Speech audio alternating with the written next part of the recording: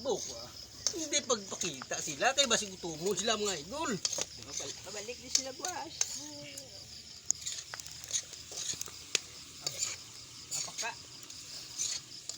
Mga idol, ito po ang sarap-sarap naming ulam mga idol. Yan mga idol yung aming chef cook mga idol.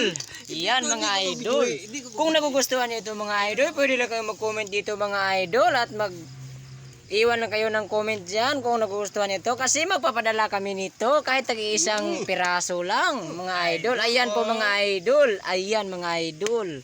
Oh, dahon, magic dahon eh. Yan ang nilalagay namin mga idol, yung dahon ng langka. Yan, kasi napakasarap yan mga idol. At yan pa mga idol, oh. At nilalagyan pa namin ng suka mga idol. Ayan mga idol. Abulin tigilagpik ba? Gawin pa.